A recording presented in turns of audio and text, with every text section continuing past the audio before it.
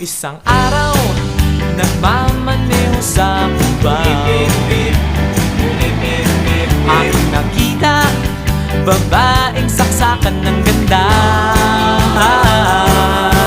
Sinundan ko ang kotseng sinasakyan niya.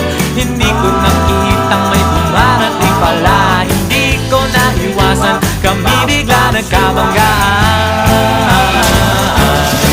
Nung magkamalay, ay nasa ospital na ako.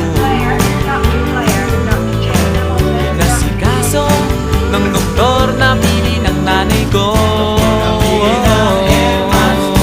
Biglang-bigla na lang ang nurse nandyan na, at para kong nakitang anghel sa ganda. Kahit nagdidiliro, itong nasabi ko sa kanya.